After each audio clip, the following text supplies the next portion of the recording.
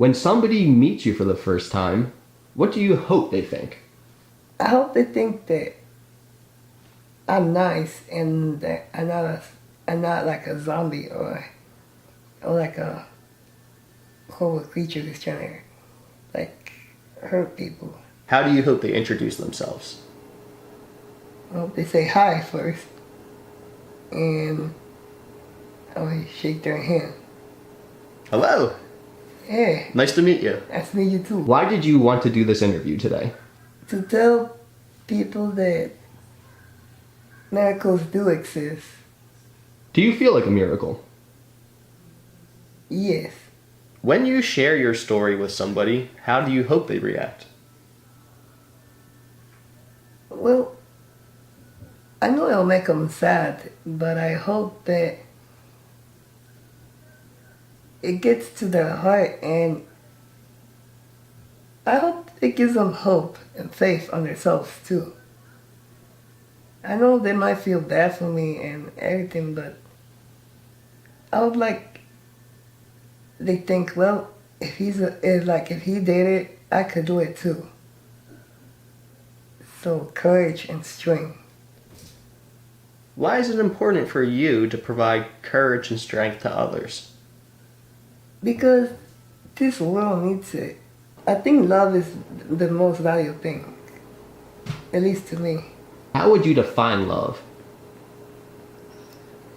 Well, man, well, I think love is someone who is caring, be there by your side, listens to you, you listen to them. They may get you upset to do something wrong, but you'll forgive them. When you wake up in the morning, what's the very first thing you think about? It's gonna be a good day.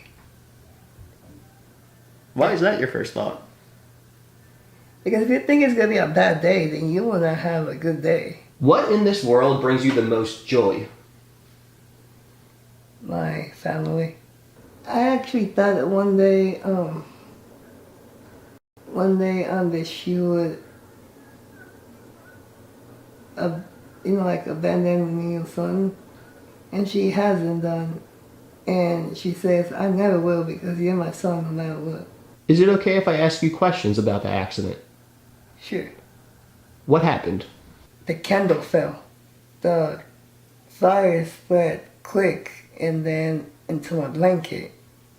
And then it all caught on fire. Pues cuando le pasó el accidente, When the accident happened, que para mí fue muy doloroso porque una madre no quiere que le pase nada a sus hijos.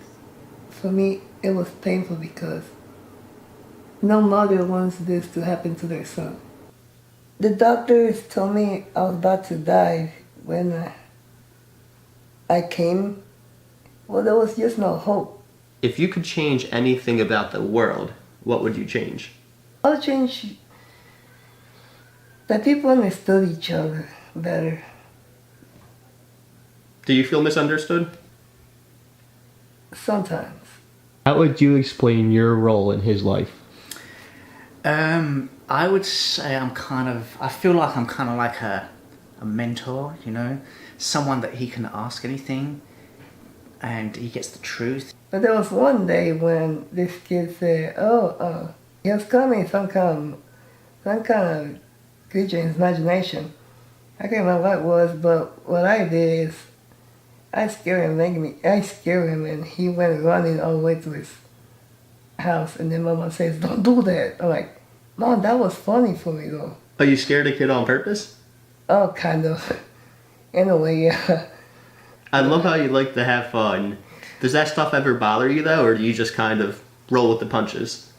I go with the punches because I understand kids now. He's a joker. I think one of the very first times I met him, I was like, hang on, I'll give you a hand. I'm going to help you out. They went, can you? I went, what do you mean?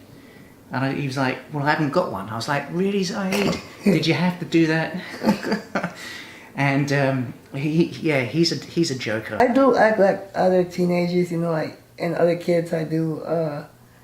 I talk and I joke with them, and for a little, I forget that I have disabilities and that I'm just like them. He's a bit of a ladies' man as well. He does like the girls, and sometimes he asks for a little bit of advice with the ladies. But I've also seen him in action, and he really doesn't need my advice. He's good. What are some things you do for fun?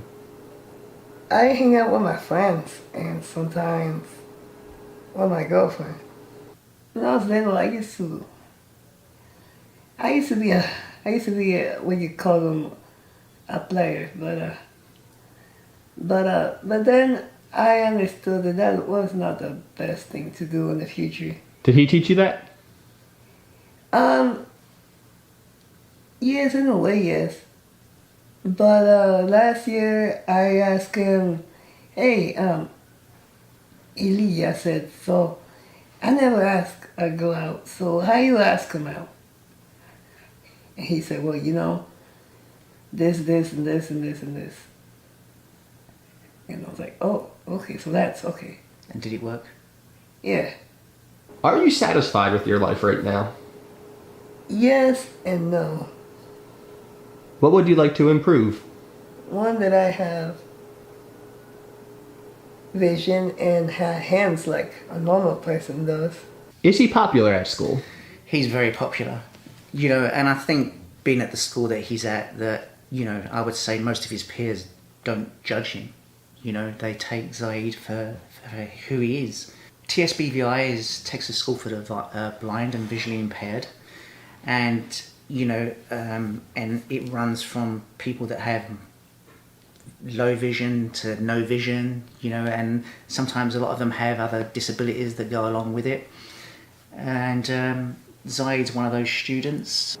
What is it like to be blind? I think it's fun, actually. Why? Because you cannot see what other people are talking about. Would you say most people truly see Zaid as he is? No, I would say that they just see the outside Zaid, you know, and they don't get to speak to him like I do.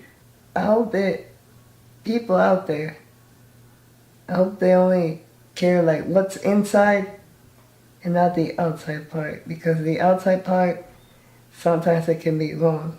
What are you most proud of your son for? ¿Qué estás contento de tu hijo? Pues porque él es muy estudiante. He's a good student. What are your goals for the future?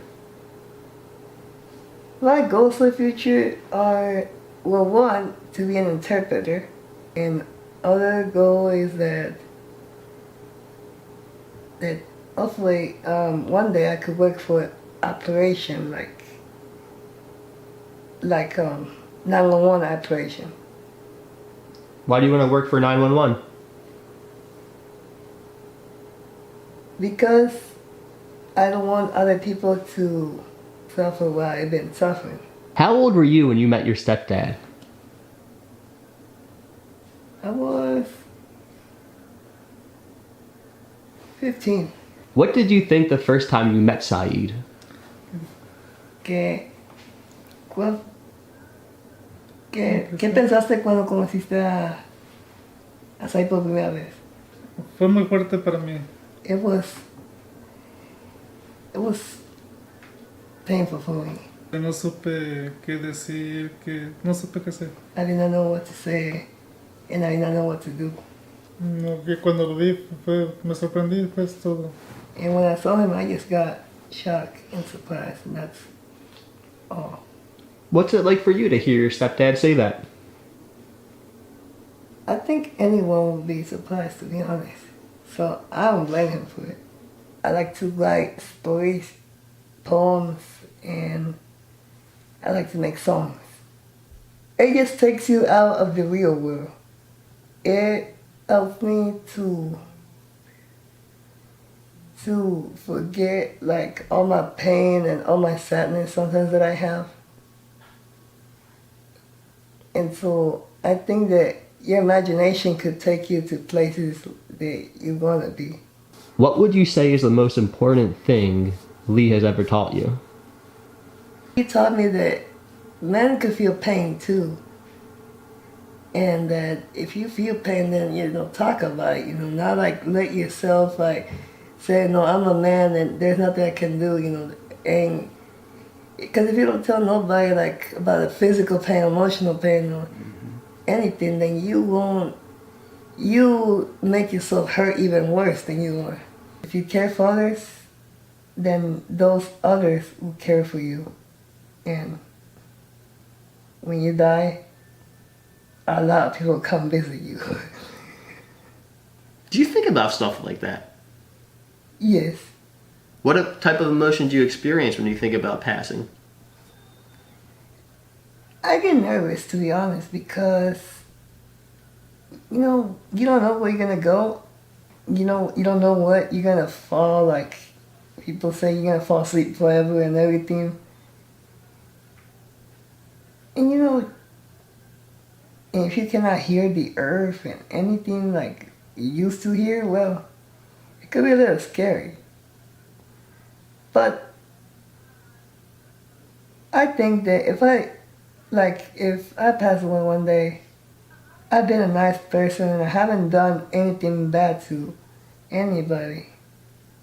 Like I haven't hurt no one or anybody that any people care for me.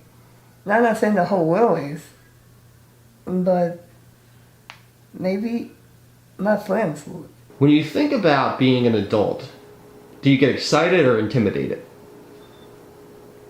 I get nervous because I miss my childhood and I think I'm gonna miss my teenager life too. What is teenager life like? I'm gonna be honest, I'm laying down watching TV, be on your phone. So you just want to be lazy your whole life?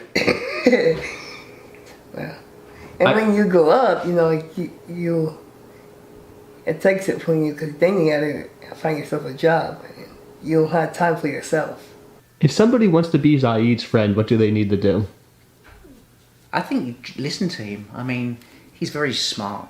I mean, his range of topics that he likes will always have some kind of active conversation that they'll be able to hold easily. I think that every human in this world, has worth and interest and value.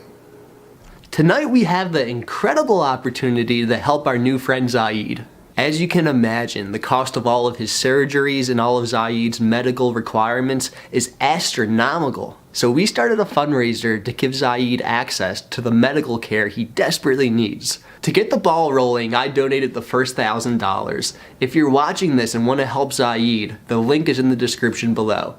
Thank you for supporting Zaid. Thank you for showing him love and kindness. The way this community continues to rally around one another just makes me feel so much better about the world. Thank you.